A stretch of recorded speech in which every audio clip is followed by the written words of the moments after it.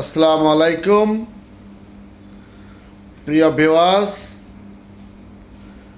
আজ আন্তর্জাতিক শ্রমিক দিবস।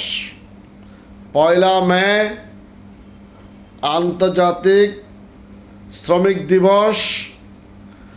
1886 সালে আমেরিকার শিকাগো শহরে শ্রমিকদের উপরে নির্বিচারে গুলি চালানো হয়েছিল। কি হয়েছিল সেদিন?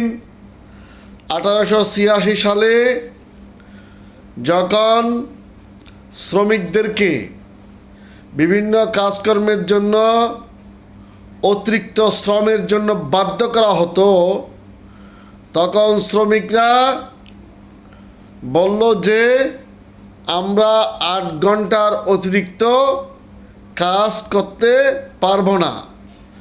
এবং 8 ঘন্টার অতিরিক্ত, অনেক সময়ে 12 ঘন্টা, 14 ঘন্টা, 16 ঘন্টা শ্রমিকদেরকে কাজ করানো হতো, কিন্তু দৈনিক হিসেবে তাদেরকে মজুরি দেওয়া হতো। যে কারণে শ্রমিকরা বলেছিল যে আমাদেরকে যদি 8 ঘন্টার উপরে কর্ম করাতে হয় তাহলে সে 8 ঘন্টার অতিরিক্ত মজুরি দিতে হবে। যে কারণে তৎকালীন সময়ে শিল্প কারখানার মালিক, বিভিন্ন ইন্ডাস্ট্রিয়াল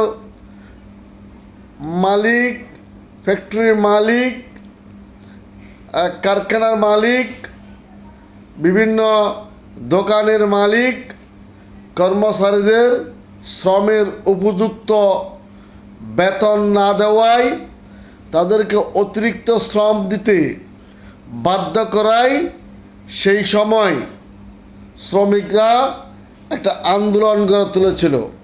সেই আন্দোলনে শ্রমিকরা বলেছিল যে আমাদের ন্যায্য অধিকার, যে আমরাও মানুষ, আমরা কোনো যন্ত্র না, আমরা 8 ঘন্টার অতিরিক্ত কাজ করতে পারবো না। তখন